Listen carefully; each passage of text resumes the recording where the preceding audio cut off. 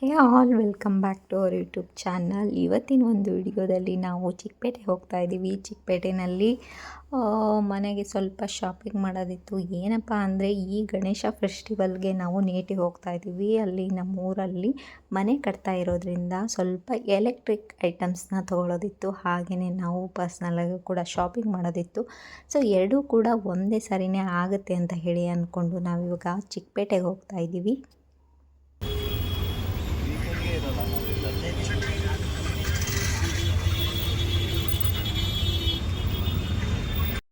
ಹಬ್ಬಗಳು ಬಂದರೆ ಮಾರ್ಕೆಟ್ನ ನೋಡೋದಕ್ಕೆ ಒಂಥರ ಚೆಂದ. ಅಲ್ಲಿರೋವಂಥ ಬಾಳೆ ಗಿಡಗಳಿರ್ಬೋದು, ಮಾವಿನ ತೋರಣ, ಹೂವು, ಹಣ್ಣು, ಹಾರ ತುಂಬಾ ಚೆನ್ನಾಗಿ ಕಾಣ್ತಾ ಇರುತ್ತೆ ಮಾರ್ಕೆಟು. ಸೊ ತುಂಬಾ ರಶ್ ಇತ್ತು ಕೂಡ, ತುಂಬಾ ಟ್ರಾಫಿಕ್ ಇತ್ತು, ಕ್ರೌಡ್ ಕೂಡ ತುಂಬಾ ಜಾಸ್ತಿ ಇತ್ತು.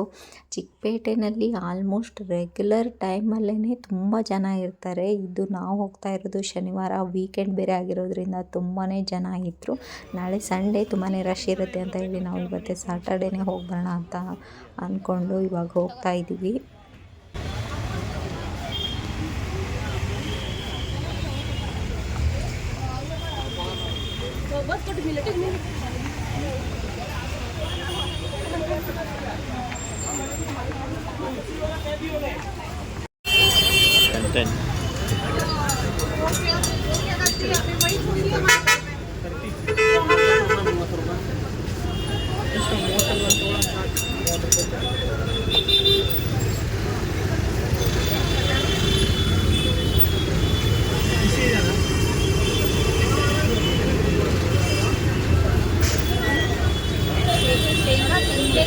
ಶೇಂಗಾ ತಿಂತಾ ಇದ್ದಾರೆ.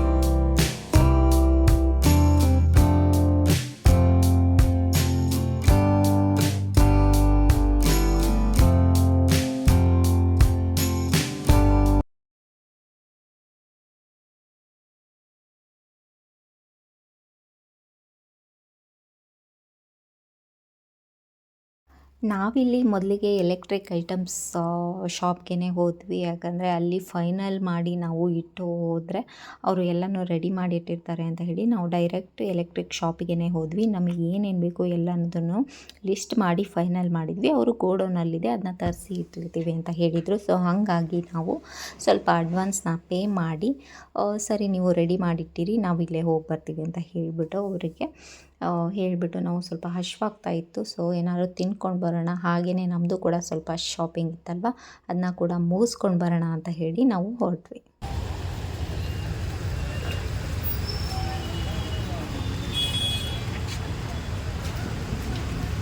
ಮಸ್ತಾಗಿತ್ತು.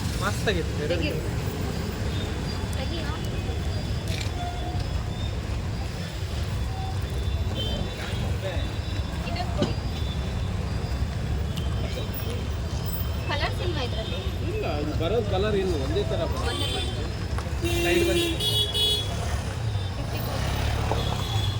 ಅದು ಒಂದೇ ಕಲರೇ ಬರೋದು, ಬೇರೆ ಕಲರ್ ಬರಲ್ಲ.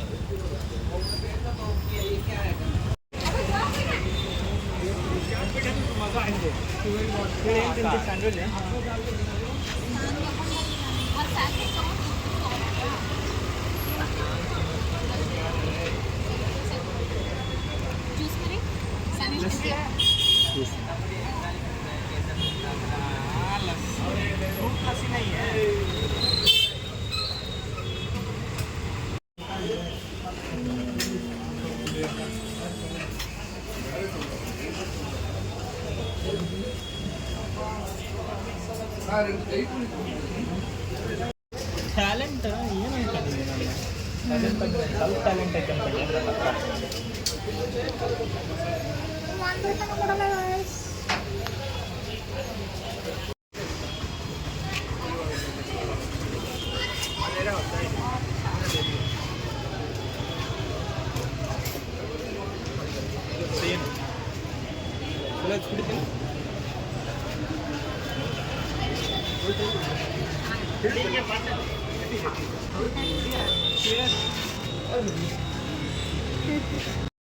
ನಾವು ಹೋಗಿ ನಮ್ಮ ಕೆಲಸ ಏನೇನಿದೆ ಅದನ್ನೆಲ್ಲ ಮುಗಿಸಿ ಬರೋ ಅಷ್ಟರಲ್ಲಿ ಅವರು ಕೂಡ ಎಲ್ಲ ಐಟಮ್ಸ್ನು ನಾವೇನು ಫೈನಲ್ ಮಾಡಿ ಅವ್ರಿಗೆ ಹೇಳಿ ಹೋಗಿದ್ವಿ. ಅದೆಲ್ಲ ಐಟಮ್ಸ್ನು ಕೂಡ ಅವರು ತರಿಸಿ ಇಟ್ಟಿದ್ದರು. ಸೊ ನಾವು ಬಂದು ಅದು ಫೈನಲ್ ಮಾಡಿ ಯಾವ ಐಟಮ್ಸು ಅಂತ ಹೇಳಿ ಒಂದೊಂದೇ ಐಟಮ್ಸ್ನ ನೋಡಿ ಫೈನಲ್ ಮಾಡಿದ್ವಿ. ಸೊ ಇವಾಗ ಅವರು ಅದನ್ನ ನೀಟಾಗಿ ಪ್ಯಾಕ್ ಮಾಡ್ತಾರೆ, ಯಾಕಂದರೆ ಊರಿಗೆ ತೊಗೊಂಡು ಬರೋದ್ರಿಂದ ನೀಟಾಗಿ ಪ್ಯಾಕ್ ಮಾಡಿಕೊಡ್ಬೇಕು ಅಂತ ಹೇಳಿದರು. ಸೊ ಅವರು ಕೂಡ ತುಂಬ ಚೆನ್ನಾಗಿ ಪ್ಯಾಕ್ ಮಾಡಿದರು.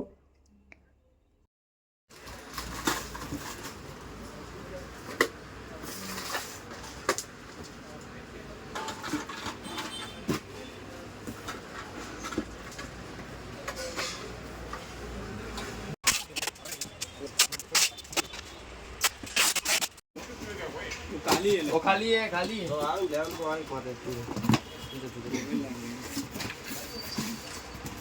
वो पैक होने के लिए वो इंडिया आता है।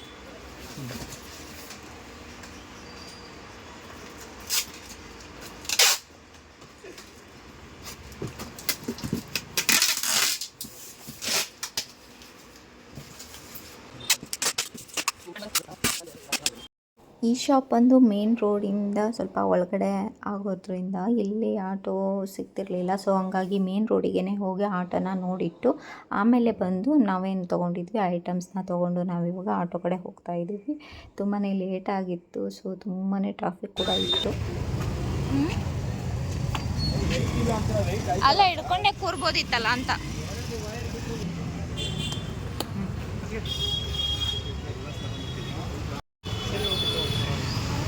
ಇಲ್ಲ ನಾನು ಇದು ಆರ್ಟಿಸ್ಟ್ ಹೋಗಿ ತಿರ್ಗಾ ಮೈಸೂರು ನಾನು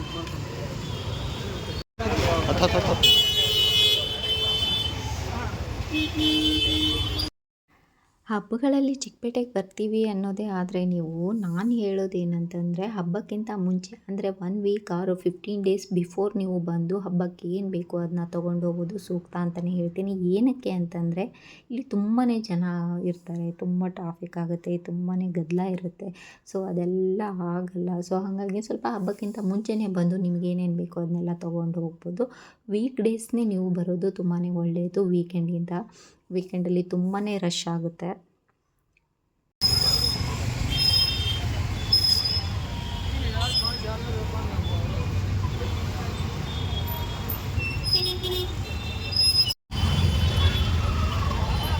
ನಡೆಯೋಣ ಹಂಗೆ ಮುಂದಕ್ಕೆ. ಚಿಕ್ಕಪೇಟೆ ಅಂತ ಮೇಲೆ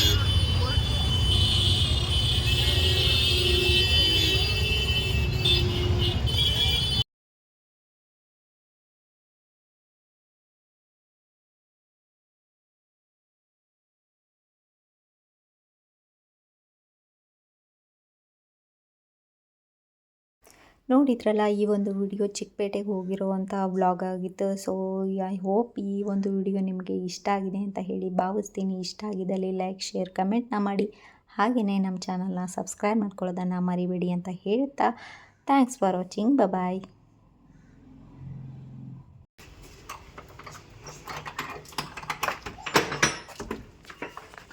ಲೈಟ್ ಆನ್ ಮಾಡಿ ಹೊರಗಿಂದ ಹೋಗಿ